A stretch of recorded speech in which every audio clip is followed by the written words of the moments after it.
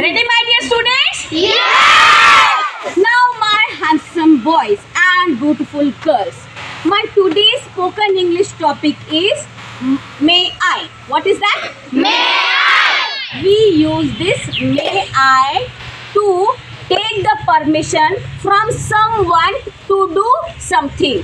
कुठलीही गोष्ट करण्यासाठी आपण ज्यावेळेस समोरच्याकडून परवानगी घेतो त्यावेळी ते वाक्य इंग्लिशमध्ये बोलण्यासाठी आपण सेंटेन्समध्ये मे आय हा शब्दाचा वापर करतो. आता त्याचं सेंटेन्स स्ट्रक्चर कसं असतं?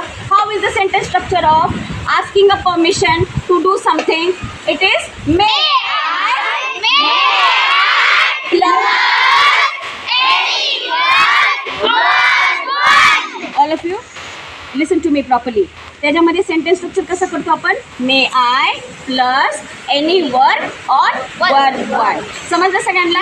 आता त्याच्यातलं एक एक्झाम्पल मी सांगते इंग्लिशमध्ये पण आणि मराठीमध्ये पण, मग नंतर तुम्ही मला सांगायचे. ओके? हां, आता मी पहिलं सेंटेन्स काय आहे? मी खेळू का? माझ्या आईला मी काय विचारते? परवानगी घेते माझ्या आईकडनं. मम्मी मी खेळू का? तर मग ते इंग्लिशमध्ये कसं बोलायचं? Mamma may I play. कळालं सगळ्यांना? ओके. आता मी तुम्हाला काही सेंटेन्स मराठीत विचारते, तुम्ही मला इंग्लिशमध्ये सांगणार. ओके? हां, मी काम करू का? You have to say it nicely. मी काम करू का? मी डान्स करू का? ओके. मी बसू का? मी उभं राहू का? मी झोपू का? Very good. सगळ्यांना समजते हे? मी पोहू का? Very good. समजलं? मी रडू का? मी हसू का? Very good. समजते सगळ्यांना? मी लिहू का?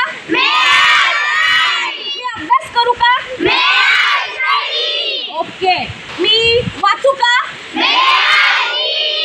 समजलं सगळ्यांना? Problem with this?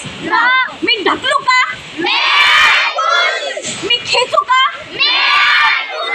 Very good. मी फेकू का?